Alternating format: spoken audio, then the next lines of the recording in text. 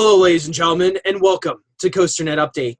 We've got more breaking news tonight out of Branson, Missouri, where just this morning, Silver Dollar City has unveiled its brand new roller coaster for 2018, Time Traveler.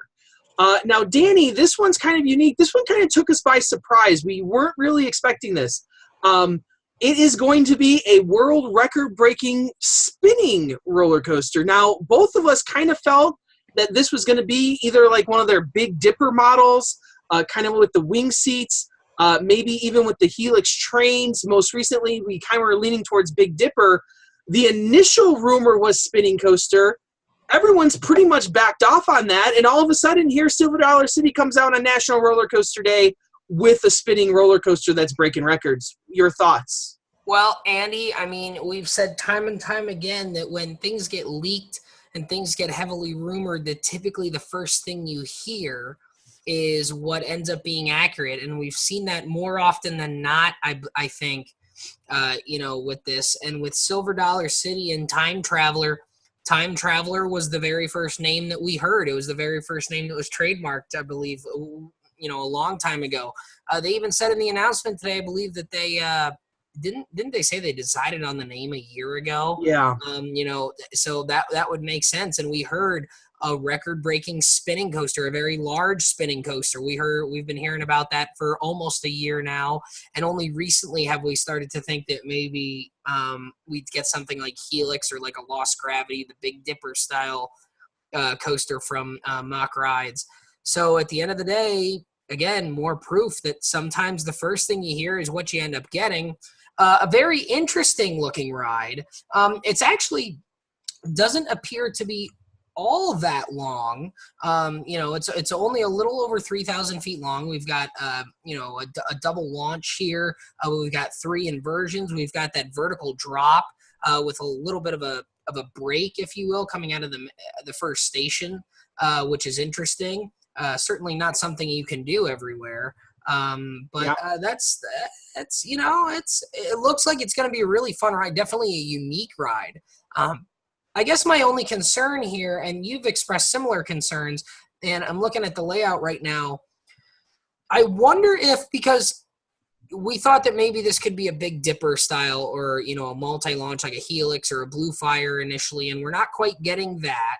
And they say that it's going to hit some family demographics here, but the 3 inversions and also the spinning worries me that it's going to turn a lot of your family demographics off, because a lot of your smaller kids that might ride a ride like this, if it didn't go upside down or if it wasn't spinning, I feel like that might spook some of them away.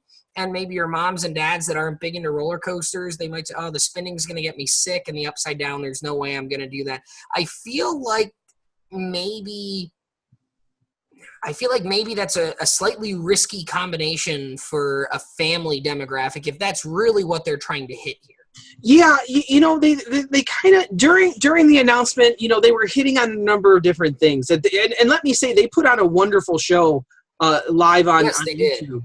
It was very well done. It was very professional. Had an interviewer, had like an MC, some great stuff out of there. But some of the things that they really hammered home, one was that this is going to cost them $26 million. It's by far the most expensive thing they've ever put in that park, almost by double, in more than double, actually. So they're saying that this is the most expensive ride ever. They also were hinting at this idea of maybe it is for multi-demographics. I have the same fear. I think the spinning is the most interesting part of this ride and could lead to this ride to be something really special. But I think that same concept for me, because I'm an enthusiast, I love roller coasters. I love to spin. I'm going to really enjoy that, but maybe some other people aren't going to really enjoy that, families. My other concern is that if you look at the stats on this ride, that first drop looks really good, right out of the station. Top speed, 50 miles an hour. The 2 launches, the first launch says it goes from 0 to 47. The second launch goes from 30 to 45, meaning you're only going 30 miles an hour as you enter that. I'm a little bit worried that maybe this ride isn't going to satisfy the enthusiasts either. That they're going to want something a little bit more. That yeah, spinning coasters have always been fun. You think of the Pandemoniums. You think of rides like Sierra Sidewinder out at Knott's. That these rides that spin are usually pretty fun. They're taking that to the next level by adding inversions, adding launches. But is that enough to satisfy the everyday enthusiast? Hopefully, yes.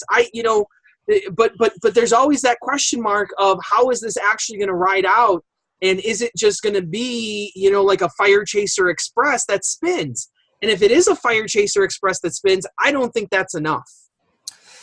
Yeah, I think this is an interesting thought here, because this really is kind of something brand new. I mean, we've had the spinning coasters, we've had your Pandemoniums, your Sierra Sidewinders, even like Turbulence up at Adventureland and Long Island, kind of closer to my neck of the woods. I really enjoy the Mack spinning coasters that I've been on.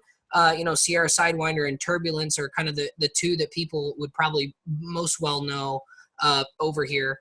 Obviously, we've got there's some, overseas, like Euromir is the one at Europa Park, yeah, which is very famous, and that is of a larger scale. That doesn't have inversions. We forget that some time ago, Mock Rides did put a spinning car on the Blue Fire coaster at Europa Park and kind of tested this out. And some people, I've heard, on some forums, people who got to try that out and said it was a fantastic experience. So maybe the way to really push this spinning coaster genre to the next level, to the extra, I think the spinning coasters are really fun. I think it's fun. I think the spinning coasters are a lot of fun, but maybe the way to push them into truly thrilling for the enthusiast is to make it bigger and to make it faster and to put it on a terrain, a nifty terrain that a lot of parks don't have, and to put inversions onto it. I think that adds a very interesting dynamic here. I think that this is a case of possibly feast or famine, and I think it might be famine when you come to the family demographic, because I think spinning and inversions might be too intense for the average family demographic, but it might be feast in terms that this is a Mack. We know that the enthusiasts have been clamoring for some big Mack attractions over here in the States. We're finally getting one. We're getting a spinning coaster, which they've had shades of brilliance over here, but a lot of people have said, boy, if they could do a really big spinning coaster over here, that would really be cool. Or if we could get like a Helix or a Blue Fire over here, that would really be something if we could finally get something like that. And we're kind of getting both of them together. So I think there is potential for this one to really be, especially being announced on the same day as all the Cedar Fair stuff. I think there is potential here that this one could be a really big hit with the enthusiasts in particular, maybe even more so than the general public. Whereas we're going to see, I think we're going to see rides like Railblazer and like Twisted Timbers. I think those are going to be hits with the general public, and maybe some enthusiasts will kind of say, well, it's kind of stuff we've done before. This is really something that nobody has really done before, except for the select few who have ridden Blue Fire with the spinning car configuration. Yeah. So I think there is huge potential for this to maybe open up another opportunity for other parks, and maybe parks that don't have spinning rides open up a new genre to install here. So two things. One, looking at the stats, this is very similar to Euromir. That goes 49 miles an hour. People have raved about Euromir a lot, and that being a really good ride. Secondly, to your point right there, you're completely wrong, because both Silver Dollar City and the representatives from Mack both said that this ride is one of a kind and won't be replicated for a number of years, which led me to believe that they have some sort of exclusive deal with Mack. The way I heard it was that we aren't going to see one of these in the near future. So I think maybe Silver Dollar City has cornered a market here. You think maybe they pulled a Busch Gardens with the dive coaster and said, hey, no more of these for 10 years in the United States? I won't go that far, but I got the distinct feeling that it's going to be at least a few years before we see one of these at another park, which I found to be really interesting, but also gives Silver Dollar City, we talk a lot about, well, why won't people go to Texas and California next year? Well, you can ride the same ride. it gives Silver Dollar City a ride that you're not going to be able to experience anywhere else. And Silver Dollar City has always been that park that kind of like people are like, yes, this is a wonderful park. People love it. People love Silver Dollar City. I think it's better than Dollywood personally when I've been there. But a lot of people say, well, Outlaw Run was that must-go-to ride, and then all of a sudden everyone started getting, ground-up RMCs. We got Goliath and Lightning Rod now. Everyone started getting RMCs and replicating these same things, and people have kind of forgotten about Outlaw Run. Well, maybe this is their answer that Mac was like, hey, we'll build you this outstanding spinning coaster, and we won't do it for another few years at least, so that you can have something exclusive at Silver Dollar City. And maybe that's why they went with the spinning, knowing that the Big Dipper model and the multi-launch models are becoming more and more popular, especially over in China, with China growing, with so many parks opening up, over in Asia. I think maybe that's something. And hopefully in America, Danny Miller. Hopefully, yes, absolutely. I think. I think this potentially opens up a new market. Maybe we won't see any of them for a while, but I think this has. I'm not going to write it off as a huge hit, obviously, because we haven't ridden it and the thing's not done yet. That's not something we like to do here. But at the end of the day, I think this has a lot of potential to be the one that kind of gets overlooked. Kind of like in 2015, we had Fury and we had Twisted Colossus and Wicked Cyclone, and I think Thunderbird and even Cannibal to a point, I think those two rides were often overlooked because they were just really, really fun rides that people didn't make a big deal out of with all the records and whatnot. And even though they are claiming all these spinning coaster records, we see all these other rides. I think this one might be the Thunderbird of 2018, where it's the really, really fun ride that people go to and some people fall in love with. And it gets overshadowed by some of the other stuff going on. But I really think that this has a potential to be the sleeper hit. Well, and I'll say this: the real victory in this ride is with the theme. And I when I heard the term time traveler, I'm like, how are they going to make this work? I said, how are they going to do this? Like, it doesn't that name doesn't jump off the page at you and slap you in the face and say this is a really cool roller coaster. But I'll tell you what, Silver Dollar City did one hell of a job with video packages and storytelling that situated this ride perfectly within this park, within the running theme of this park, where you have a wonderful past ahead of you. And now this time traveler, there's religious overtones that hint to, what they are. Just like Outlaw Run had the good guys always win. This one has the tagline of do good, dream big, do good. That's look at those ride vehicles, folks. I mean, those really look outstanding. And they're very reminiscent of the original Time Machine. If you've ever seen, the classic Time Machine, if you've read the book or seen, old movies of it, these cars are very reminiscent of those old Time Machines with the numbers on the front, with the gears all over it, very steampunky. I'll tell you what, I'm excited because another really overlooked part of Silver Dollar City is the queue line for Wildfire, which I think is outstanding.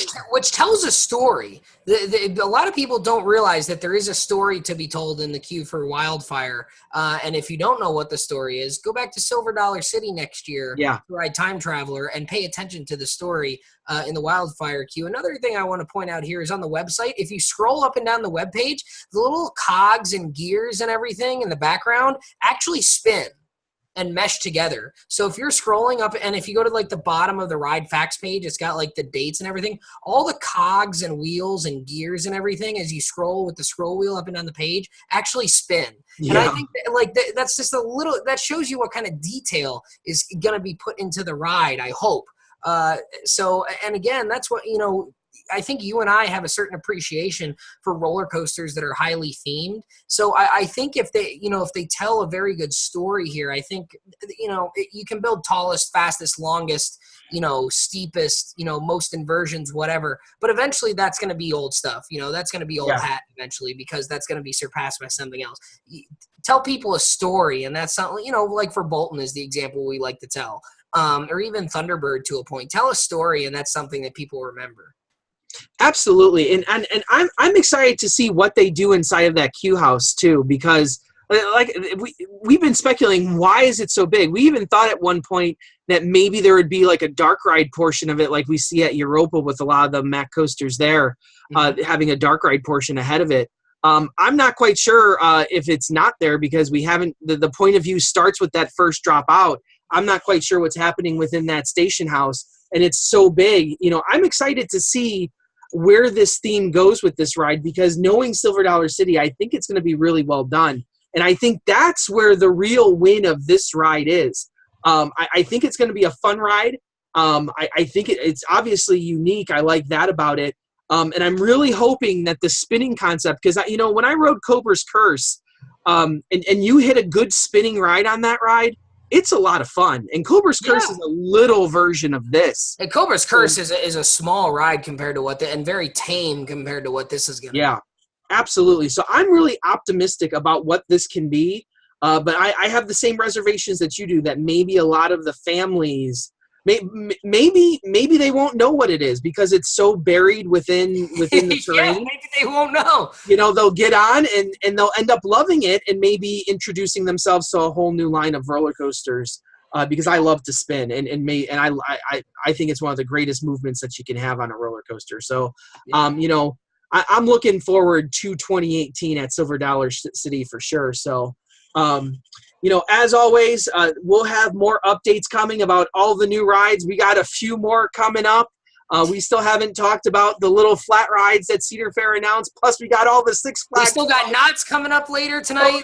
We got Knott's tonight. Knott's announces. We still got it's going to be a long night, folks. I've got thoughts on Great America too, on Six Flags Great America. I got a whole new theory, so we got some more rumors coming your way as well. So, as always, thank you for joining us here on National Roller Coaster Day and on COASTER-net update here. I'm, of course, Andy Robarczyk from Chicago, Illinois.